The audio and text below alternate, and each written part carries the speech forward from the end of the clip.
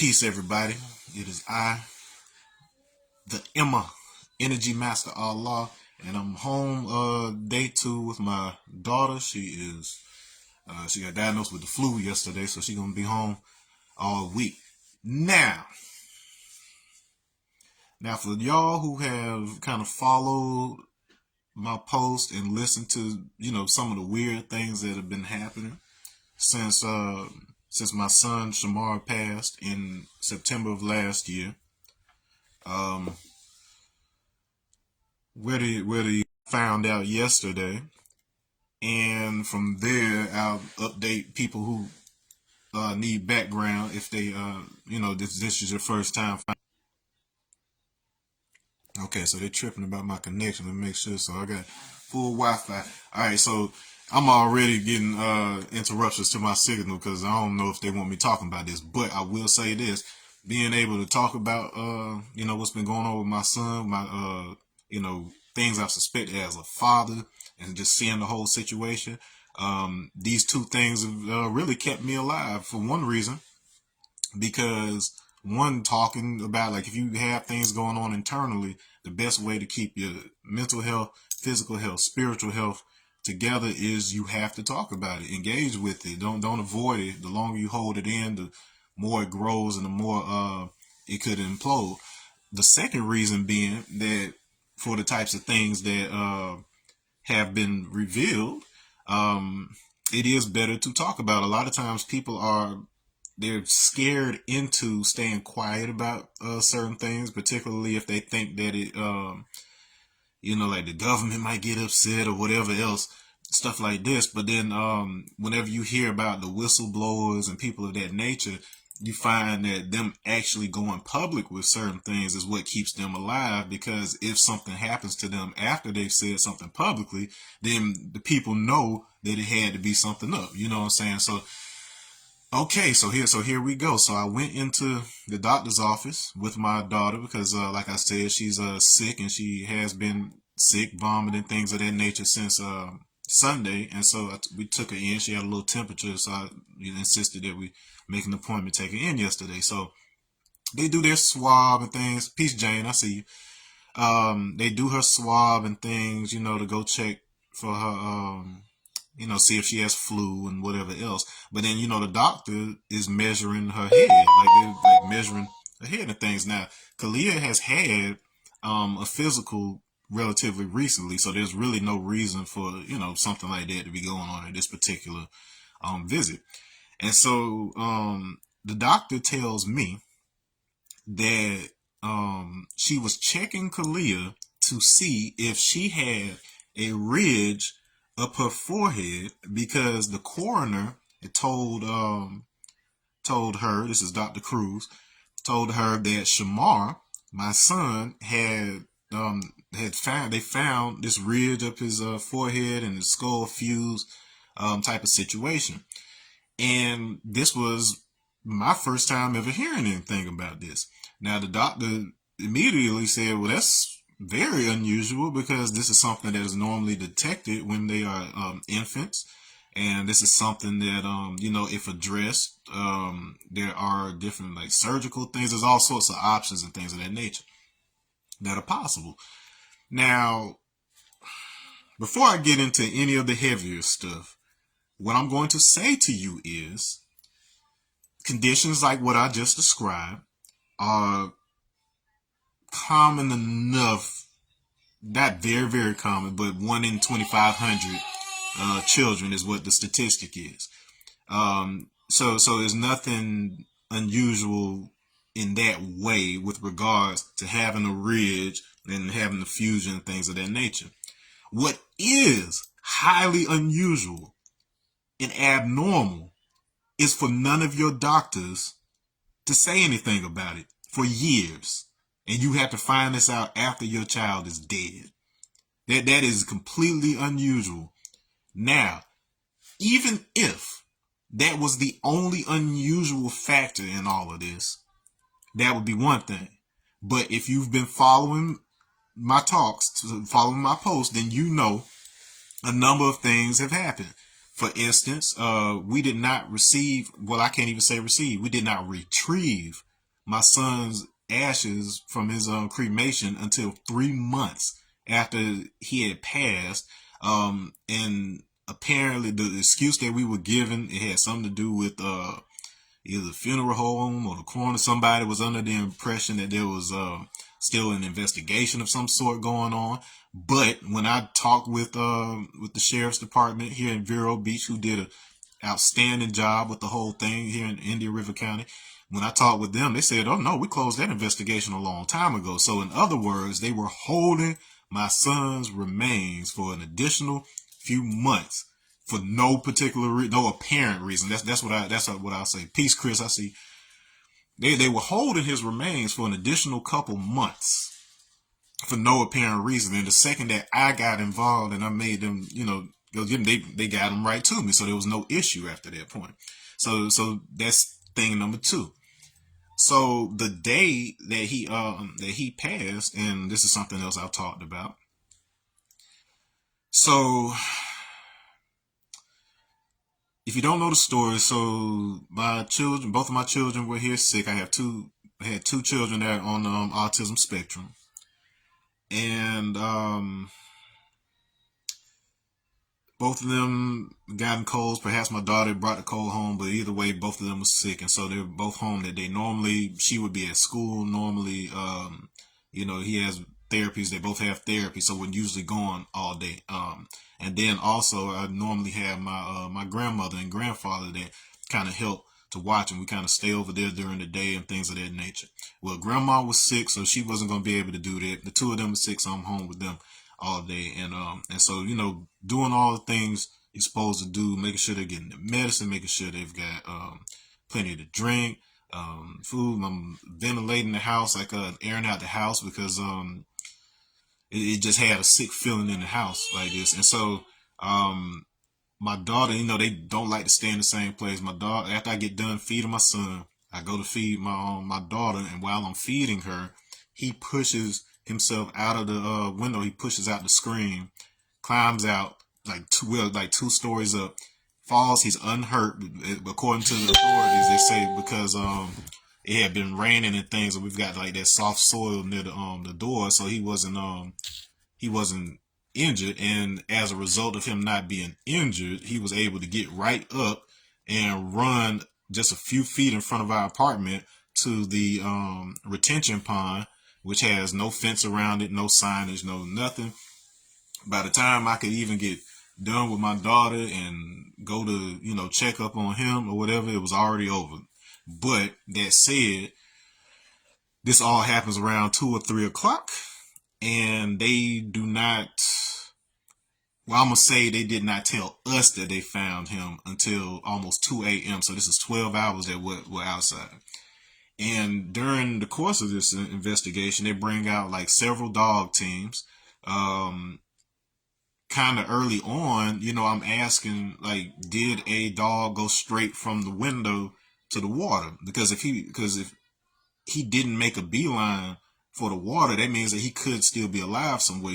Like just trying to give my wife anything to comfort her or whatever else. It's like, oh, we're still bringing in, more dogs, Kind of find out after the fact that not only did the first set of dogs go straight to the water, but several of them did. So that's one lie that we were told that day. And so it became apparent that very quickly into everything, it was no longer a missing person search, but a cadaver search. But then they weren't telling us that. They weren't telling the family that. But I grew up in a police family. I've watched enough TV and movies to know when things have shifted. And I've seen enough crime in neighborhoods and stuff to know when police priority has shifted. So the other thing that we ended up finding out, that while all this was going on, the FBI, they secretly slipped in and they came into our apartment, did search the whole nines, flipped stuff, and so on and so forth. Now, understandably, because I was the parent that was home with my children, you would expect that until they rule out foul play, that I would be, number one suspect, or things of that nature. That's what's supposed to happen. Understandable. Well, when they came in, the items that they took, among other things being like electronics and whatnot, they took toothbrushes. But the funny thing is, they took everybody's toothbrush except for mine, which was very suspicious. It was almost as if, okay, so the only three people in the house that share DNA, like outside of me, so it would be my wife and the two kids, because it would be her, and then the two of them would share DNA with her. On the flip side, it would be me and the two kids, because I shared DNA with them. For whatever reason, they were more interested in that direction than they were in mine. And I was just like, puzzled by this. Now, you put that together with the other things I just told you, and then you have an idea of how my past 4 months have been. What is going on?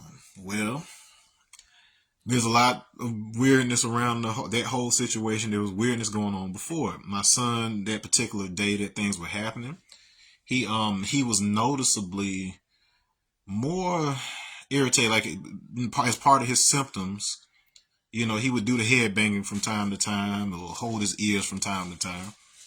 But for whatever reason, this particular day, see, to me, it always looked to me like he was experiencing some kind of either cranial pressure, or he was hearing some kind of buzzing or signal. Like his reactions to things, it felt like something was going on in his head that I couldn't protect him from.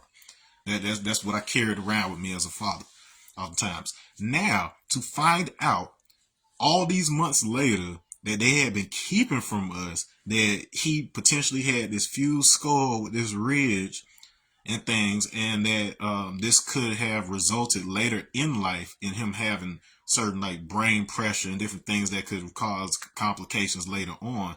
For them to have not told us this for all this time, these years, several doctors, both in two states, doctors that didn't say something about it, that's about the time you have to start suspecting something's up.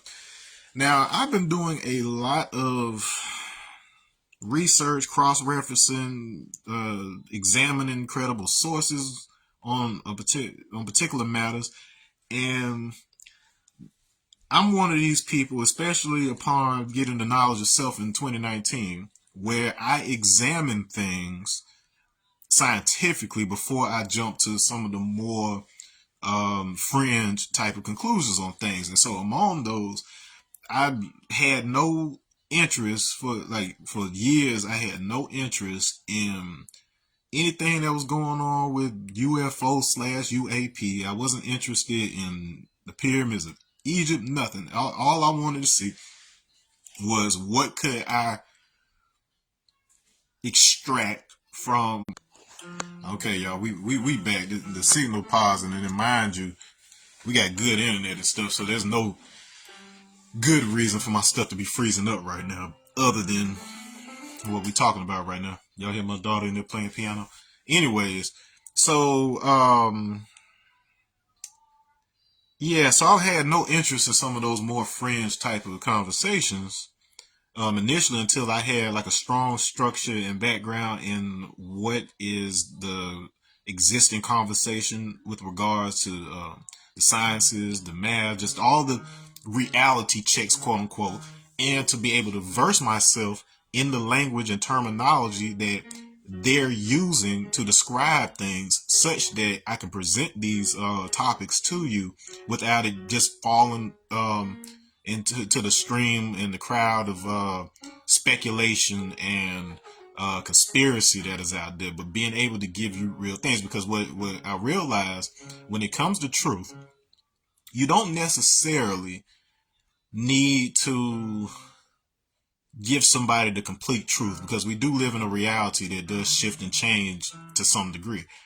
But if you can present anomalies in something, if you can present an anomaly, something that is off with the process, that at least gets the ball rolling on investigation. So for example, just like I've presented to you, how you had all of these anomalous types of activities happening around my son's death, that at least gets you to ask the questions that will lead you to the answers that expose things. And so as a father, naturally, I'm asking more questions than anybody, trying to figure out what could possibly be going on. Now, when I did finally start investigating these other conversations, your UAPs and everything else, especially after you started having hearings and things in the news. This is becomes a mainstream conversation. Um, that also required that I listen to like what are the mainstream types of narratives that are going on with regards to ETs, UFOs, all of that good stuff. And immediately came across a couple things that were disturbing for entirely other reasons that very few people are talking about. Okay, and the reason this is relevant to what was brought up with my son is because there's this very real issue that has to do with it's called skeletal variation discrimination. So I came across this article basically addressing whenever the whole ancient aliens phenomenon popped out and everybody wanted to watch ancient aliens, there was criticism where they were saying these accomplishments, that certain accomplishments by black and indigenous ancient cultures or things being attributed to some off-world ET species, and you had certain people taking it to a whole another level, saying that in and of itself was a type of white supremacy. So these are powerful allegations and things of that nature. So naturally, you would want to hear what the supporting arguments are for these things, right?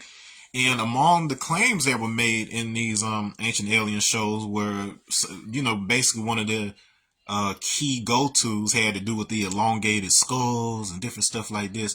But anybody who grew up in the hood, anybody who grew up black, knew that you had plenty of kids that had that peanut head that stick out a little further than yours. And so, and my son, he had one of those elongated type heads. I've taken pictures of this to show this, and so on and so forth.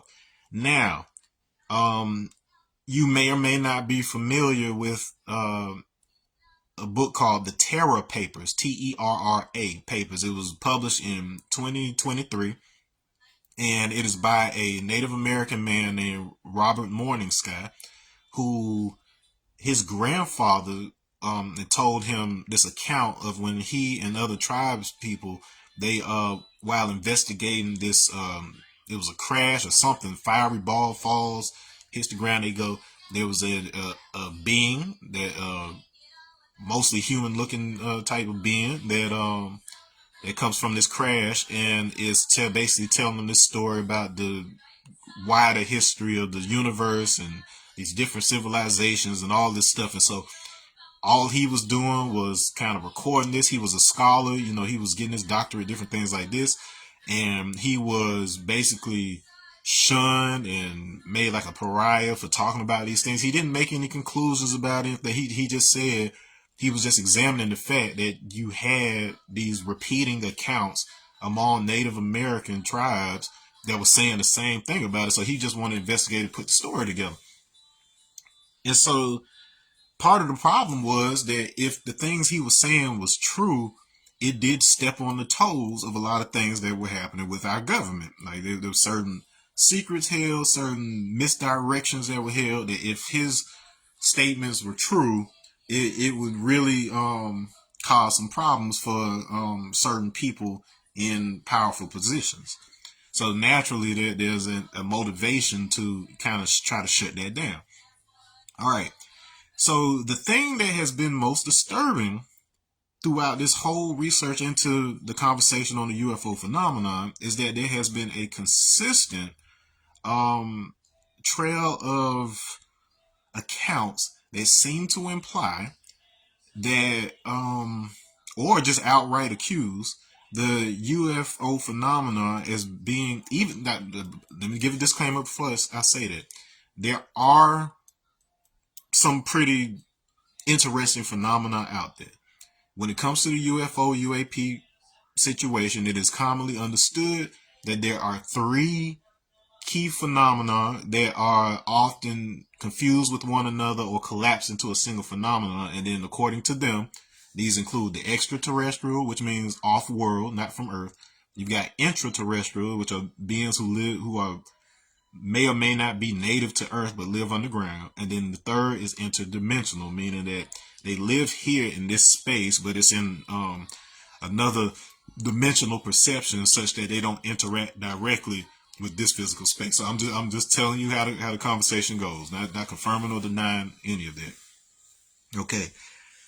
Then there's a fourth that we don't talk about. And this is kind of what you're seeing more of with the UAP phenomenon that you see in the news, where they're talking about the possibility of these being crafts that are re-engineered from existing craft and being used by black site paramilitary type programs to stage attacks to be able to stoke fear in the public, such that they'll use their tax dollars to support them creating counterattacks for this so-called alien invasion. So what that basically means is they make you think that there's something going on.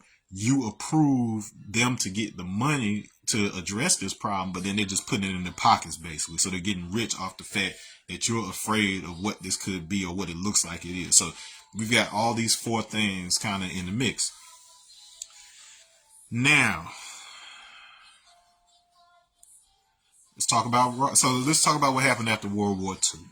So, among other things, now I know you just saw at the inauguration, you saw when they're doing the appointments, you saw Elon Musk very clearly give a Seinfeld Nazi salute twice, things of that nature, and his involvement with the SpaceX and all of that, all the space program and stuff. So following World War II, what the whistleblowers insiders say, and then part of this can be confirmed easily, because we know for a fact that Werner von Braun, the director of NASA, was a former Nazi. We know that for a fact. That's easily found. You can Wikipedia, you can look it up anywhere. But what they say is, these military insiders, they're saying that after World War II, the Nazis had displayed like very advanced technology. There was reports that Hitler claimed to be in contact with a quote unquote super race of man, the blonde haired, blue eyed, these beings that gave them technology and showed them how to do certain things. But most importantly, there was the reports of, Nazis operating out of Antarctica, developing, whatever clothing and technology, whatever they needed in order to be able to survive those conditions. And when they went to go see what was up with this, they were confronted with very, very, very, very advanced technology that borders on what we would call a UFO and things. And so the U.S., because they had interest in these technologies, they made certain deals to give Nazis immunity and citizenship and all of that sort of stuff. And peace, peace, peace. See you, auntie. All right, but they gave them immunity on these matters so that they could come in, be able to get these technologies from these Nazis and whatnot, and be able to use them for the U.S. military. Project Paperclip, so you can look into that. Whether you think it's conspiracy or not, you should at least be aware that that's a conversation that they have. Okay, and so then later on, you get you'll find in the UFO conversation, there's always a Nazi component to it. Like you'll hear about this thing called 20 and back, where you have people who claim to be recovering memories from having been basically sent on a military operation, and then these accounts, they line up like people who've never met each other are saying the same thing. So it's interesting, the consistency in the stories. But basically, they're sent. They're part of some existing secret space program. They encounter not only Nazis who have more control over the situation than American government, Russian government, whoever else, but they're also encountering these other races and species, whatever else. So it is what it is. I'm just telling you what it is. Now, case in point, you can look into that on your own time. Case in point, you have our government taking this conversation seriously enough to where they are investing money into looking into it, seeing about these black site programs and so on and so forth. Now, the other component of that being that in each of these cases, even back to Roswell in 1947, where this all jumped off, you had people reporting people who said they were eyewitnesses that looked and they said, do not believe what they're saying about them pulling little gray men, little green men out of this craft. He said these were human beings who had brown skin. So right then, and these are white people. These aren't people who have a personal interest in it. These are people who had certain jobs in there who have come forward and things of that nature. They're saying don't believe it. These were actual human beings, black human beings. And you can imagine in 1947 that could be a cause for alarm to a very racist white-run U.S. government during that time. And so word gets out that you got black folks flying around in crafts that they don't even know how to build. We got the same problem with the pyramids. This is why there's such an interest in attributing the pyramids to some off-world alien civilization, as opposed to saying like, yeah, you had black, dark-skinned Africans who knew how to do this technology and things of this nature that you can't duplicate today. So this is what is at stake at the time. So then you fast forward a little bit to the I believe it's the 50s. You have the first famous abduction incident, which involves Barney and Betty Hill, who are an interracial couple, a black man and a white woman, who happen to be involved with civil rights organizations, among other things. And so during this abduction, the two of them are put under deep hypnosis, and in order to bring up their account. So they had given testimony to what happened to them beforehand, and then they were given this hypnosis to bring it out. So when they gave their testimony when they were awake and conscious, there were differences between their stories. When the hypnosis was applied, both of them had the exact same story. The difference, peace, George. So the accounts that they gave in the beginning, so the wife, she's talking about, oh yeah, how they saw the craft and it came down from the car and they stopped, and then there was these little like gray aliens, like she basically describing them, and they take on the ship and they tell her about the Zeta Reticuli system and stuff that we know about now. So these are existing star systems, blah blah blah. On the other hand, Barney, the husband, the black husband, he says he recalls what he saw to be people who appeared to be in black Nazi-like uniforms, as well as some other shorter individuals that may have been non-human, but it looked like they could have even had on helmets of some sort, so they may have been wearing costumes. Now, there have been reports about whistleblowers of some of these like UFO sightings and so on and so forth over the years actually being government testing, where they basically have you in a situation, have you either drugs, sedated, or whatever else, so your vision and your memory's kind of cloudy, and then they may put on, this theatrical type of thing to have you feel like you had a UFO invasion. That's not to say everybody's experience is that. That's not to say that I'm even agreeing that that's something that's happening. I'm just telling you what the existing conversation is, and that your government is taking that conversation seriously enough to be investing a lot of money into it for whatever reason. Okay, so anyway, so you'll find consistently where you have different stories being told by black experiencers versus their counterparts. This could, for all I know, it could very well have to do with some sort of, signal, whatever they're using. It's more effective in one case or another. I don't know. But the underlying thread on that is that those features, like I told you about the shape of the head and things of that nature, these are very common features in African Americans, which led me to start thinking, and this is how my son's head is. This is how my younger brother, how his head was shaped. He didn't have those, any issues like cranial issues later on or anything like that.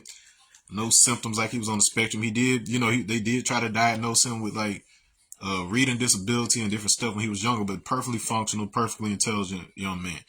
And so this article that did come out talking about skeletal variety discrimination is basically saying that they don't understand this fully, but there is a very real precedent for the possibility that we have some of our children, some of our people being targeted under the guise of them doing some kind of ET alien sweep, which is to say that they're using that as a cover up to basically get away with misdiagnosing and doing things to our children. That this is what everything is pointing toward. If you engage with it enough to just kind of hear it with, it's like, okay, this ain't adding up, but this thing keeps coming up, and this is what happened to me. Then I have a cousin who had an autistic child die up in Virginia or whatever, and similarly there was all these strange things happening around the situation, and until I came out and publicly started talking about it or whatever, she thought she was the only one that was going through this, that was seeing these things happening. And then, so this is why I say it's important to talk about this, whether you think people are going to understand it or not, because you will find oftentimes that there are people who have experienced the exact same thing and have largely been made to feel like they were either the only one who thought that, or that they were crazy or whatever else. But if we're going to take that conversation seriously with regards to UFOs, whatever else, we do have to address the very real possibility that the entire thing, especially given its proximity to the end of World War II, that there was misinformation put out there about which humans may be aliens in disguise, which people may be quote unquote hybrids, such that they could get away with targeting individuals that look like you and me. Now let's take it over to the Nation of Islam, who since the 1930s have been saying that there is so the government, whenever you hear these talks about a reptilian race and different things of that nature, because that's one of the popular ones they talk about with the alien stuff, that this is actually them attributing basically black accomplishments to an alien race. And what it means is that is starting to become a little bit more accepted that there's a possibility that we have had several advanced human civilizations that have since either left or who have died during certain conditions on the planet, because the planet's conditions change every few thousand years. There's talks about some of these advanced civilizations that existed before us possibly having gone on the underground and stuff, but that's what it is. But just given the amount of advancement we have had in our technology just within the past 100 years, we went from like stage coaches to Tesla cars, right, and smartphones and things, and so it's not unlikely to think that a civilization that had 10,000 years plus of uninterrupted time to develop, that they would have advanced their technology to a certain degree. So that's not even the far-fetched part about it. And so there is some reason to believe that whoever this quote-unquote super race was that Hitler encountered, it may not have necessarily been a extraterrestrial entity in that respect, but actually somebody who was part of one of these previous civilizations. Okay, and so once again, I'm just telling you what the conversation is. This has no reflection on what my personal belief is necessarily. I'm just telling you what the conversation is, and that your government is taking it seriously enough to actually be investing a lot of money into it. And so the Nation of Islam then goes forth to say that so we've already made this connection. I say, so they're calling this black race quote unquote reptilians. All right, and so the reason that that's also disturbing is because in this Terra Papers document that I told you came out in 2023, you can download that. Just type in Terra Papers PDF so you can read it for yourself. So one of the claims that this Native American man makes, among others, is that there was a reptilian race once upon a time, long before what happened here, that had long since evolved. They didn't have scales. They didn't look like dinosaur people, like the crazy stuff you see on the internet, but more or less look human. And the only difference was that they had this bone ridge up the middle and so on and so forth. Now, I'm not saying that has anything to do with my son having that ridge and so on and so forth. What I'm telling you is that this is a popular enough conversation to where you could imagine that if somebody saw that, let's say it's a natural feature with let's say there's a particular African tribe or something that we descend from that just happens to have that as a common feature. If you have enough people in a professional position, in a government position, in a power position, who are paranoid about an ET invasion because you had one of these black site programs come trying to get money by getting them scared, getting the president scared, and saying, oh, we've got these UAPs, we got this invasion, we need money to fight it. If he's gotten somebody like a Trump or a QAnon or anybody else paranoid enough to be on a reptilian hunt, then they turn around, they find this feature in young black children, specifically ones in America, and I'm going to tell you why in a minute. Or specifically these children with the long hairs, and they tell them that they're aliens.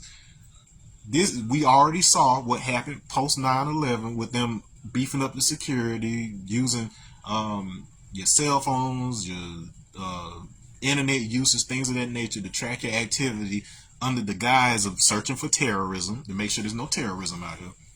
If you had that going on 20 some odd years ago, you have to imagine that if you have public hearings where they're talking about UAPs and whatever else, those people at Washington are paranoid enough to be spying and whatever else, trying to look to see if we have a quote unquote alien invasion going on.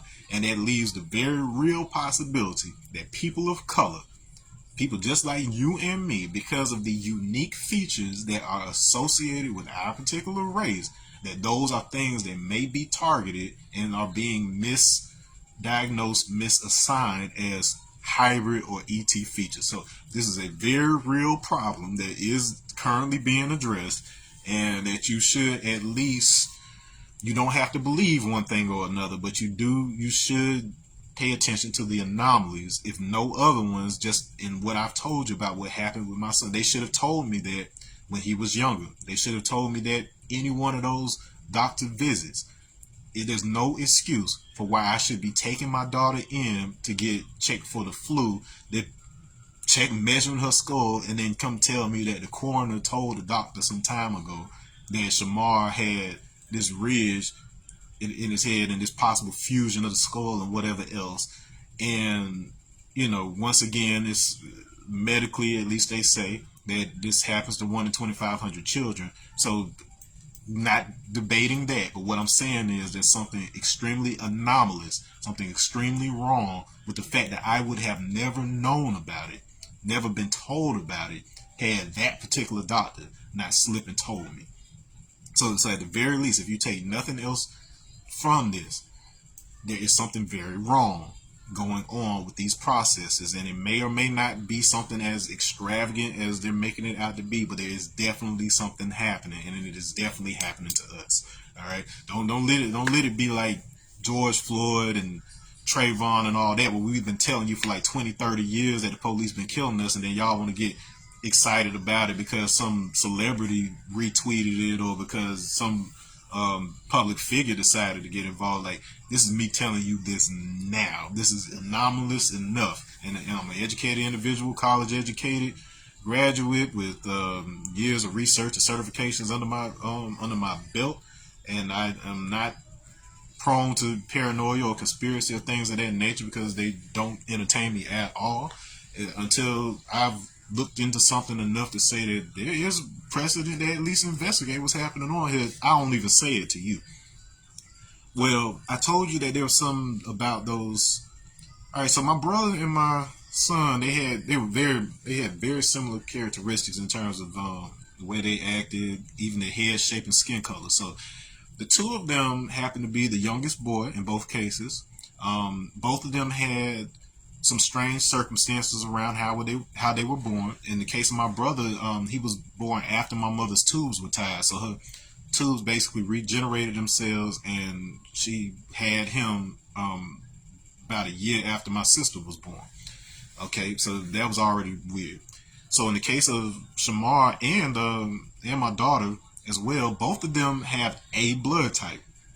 Okay, so A blood type is a blood type that is common to Iranians, Aryans. We have all kind of white Jews, like anything you can think of, we've got that in our bloodline due to the normal reasons of mixing over here in America.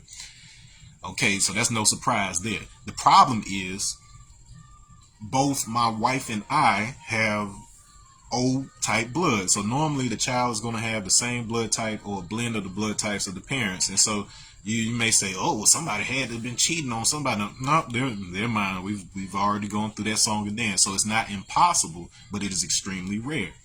Now, for that to be extremely rare, it happened twice with both of my children. Not only that, but it happened with my mother as well. So my mother is also a A blood type who was born to two O positive parents. So you can say that this is something that that runs in our bloodline. Okay, so this ability to be able to create a person of an entirely different blood type from the parents. And so this does tie into some of the old stories from Nation of Islam. And like I've said, even though they leave much to be desired with regards to the manner they present it, to where, you know, it may be offensive to some, there is actually some underlying precedent, you know, scientifically for some of these things. Okay, so that's just the anomalies during the birth.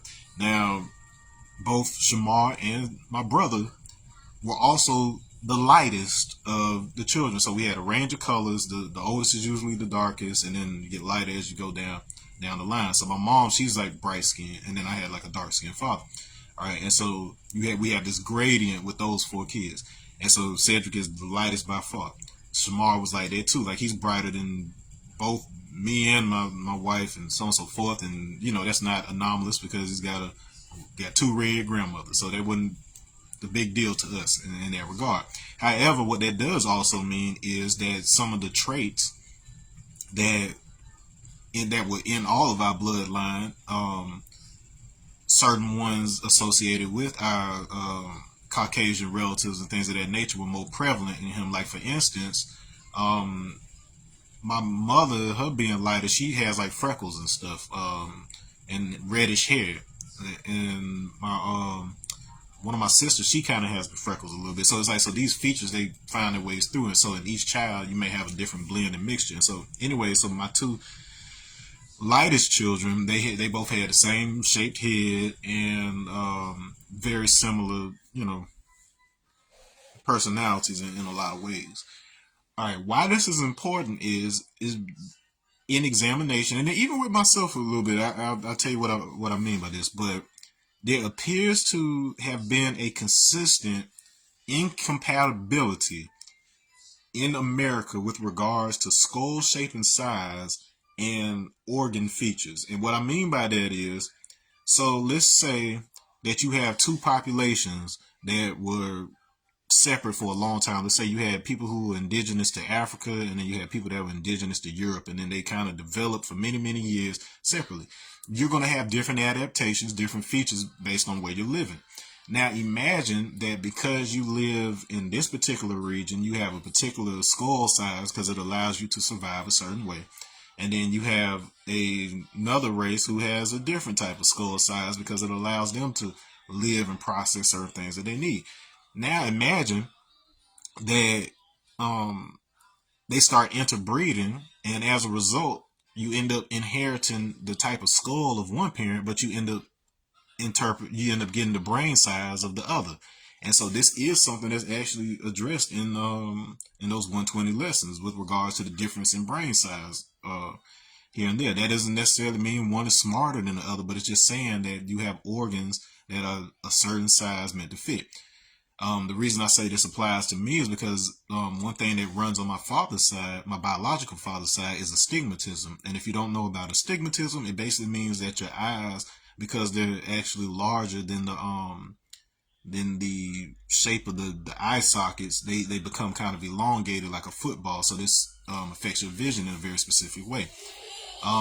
In the case of my son, based on what the doctor was telling me, there was the possibility that he might have grown such that his he would have had pressure on his brain due to his skull and things of that nature, right?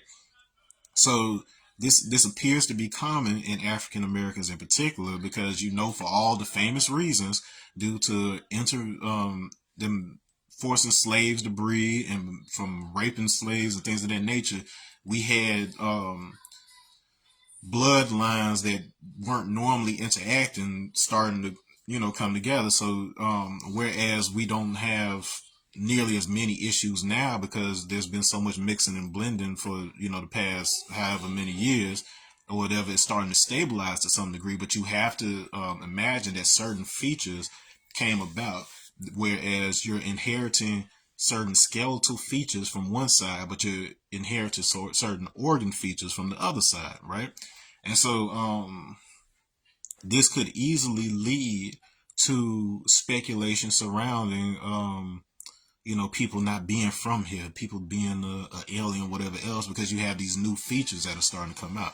So all I want to leave you with, I don't need you to believe in aliens. I don't need you to believe in any conspiracy, nothing crazy like that. I'm just saying, based on the science and what we personally have going on with our genetics and everything else that I know for a fact from DNA results and everything else, that there is very quite possibly a situation where you have our young men and women being targeted for reasons above and beyond what we typically understand. It could very well have to do with a misinformation campaign regarding the whole UAP UFO situation. So just be careful is all I can say.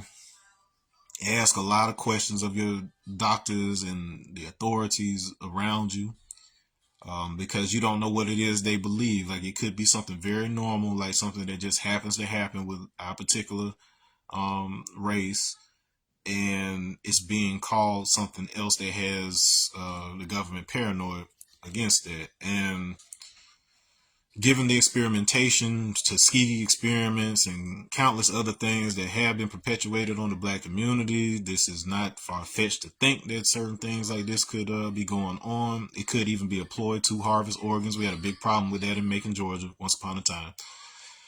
It's any number of things that have been happening to us, that we know have been happening to us, that we haven't really been able to talk about publicly because our white allies don't always believe us. But if you specifically, if you are a person who is light enough to get a loan at a bank, you know who you are, and you are a good-hearted person, and you care about your black brother or sister that's across the pond, regardless of political affiliation or whatever it may be, ask the questions, make the statements that they usually kill us off for saying. Just do that for us, because if we would have run our black behinds up there to the Capitol on January 6th, every last one of us would be dead in jail. But there's plenty of people that got out of there with with their lives intact. Whether they went to jail or not, they came out of that alive and intact. So if you want to be of service, if you want to do what's right, like, I don't care who you voted for. Even, matter of fact, I will address you.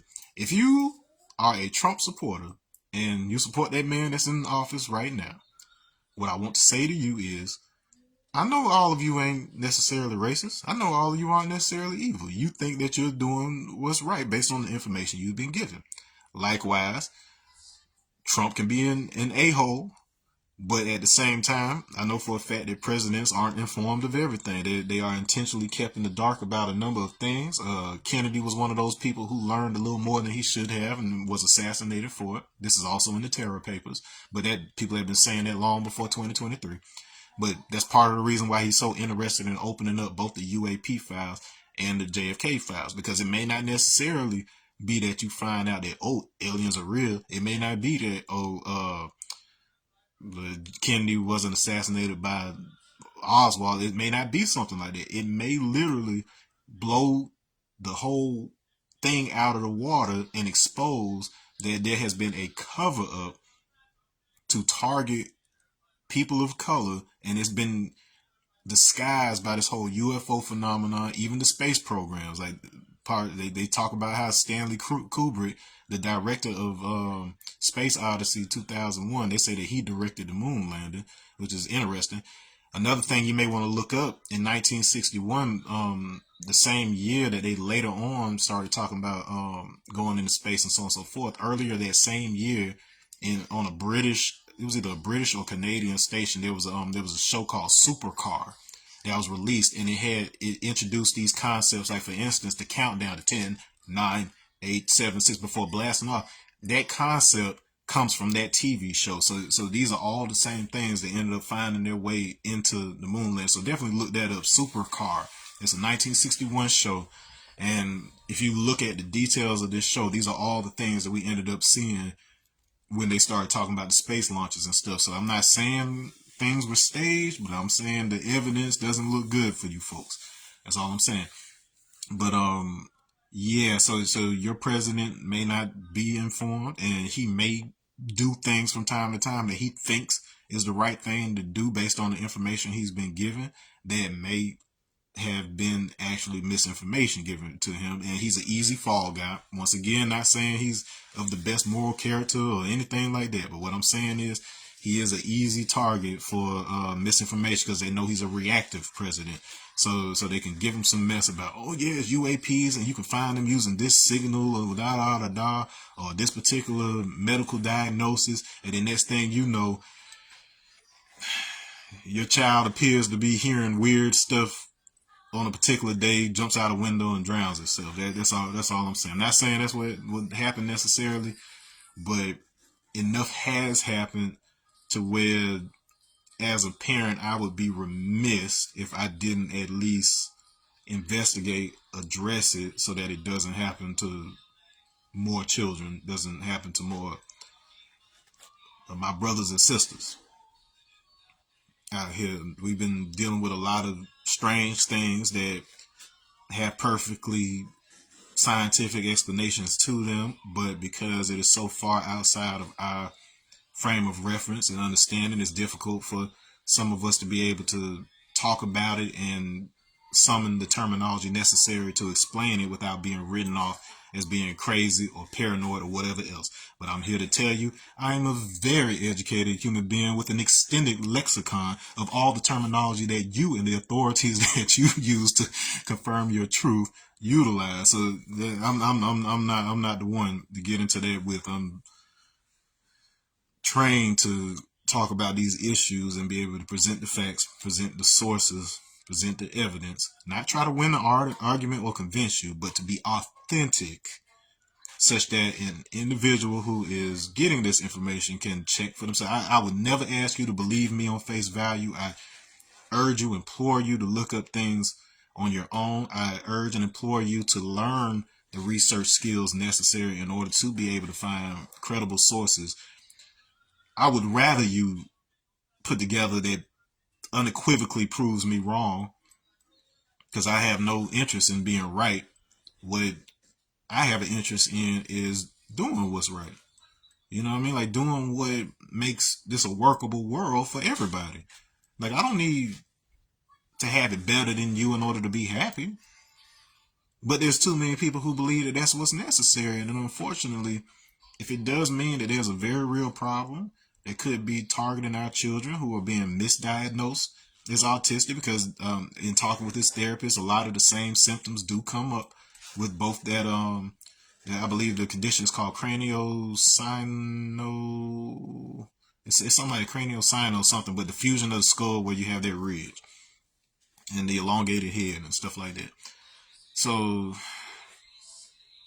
there's two different ways of going about getting treatment for those sorts of things. So, there's probably things that could have been done to help him. He could have been suffering and in pain this whole time. So he's at peace now, for all I know. But case in point, this is something that was kept from us. For what reason, we don't know for sure. I've given you, what's out there so that you can make your own assessment, but there's something very wrong. And if you are in any position, I urge you, if you're in any position, whether it be to talk to representatives in your state, I believe it's Congress that's investigating into these types of matters. If you have anybody that's in a public position to speak, whether they are a podcaster or personality, the conversation needs to at least get out there so that people can investigate for themselves. I don't want you to believe me on face value for anything, but just know this is what has been going on with us. It just keeps getting weirder and weirder as more details keep coming up with the situation. And with this new administration, with you having Elon Musk, the head space guy, out here doing Nazi salutes, it's starting to seem like some of the stuff that these whistleblowers have been saying may be a little more credible than you've been led to believe. So, but on that note, let me go in here, check my baby temperature and things, and we'll talk. I'll keep you updated. Peace.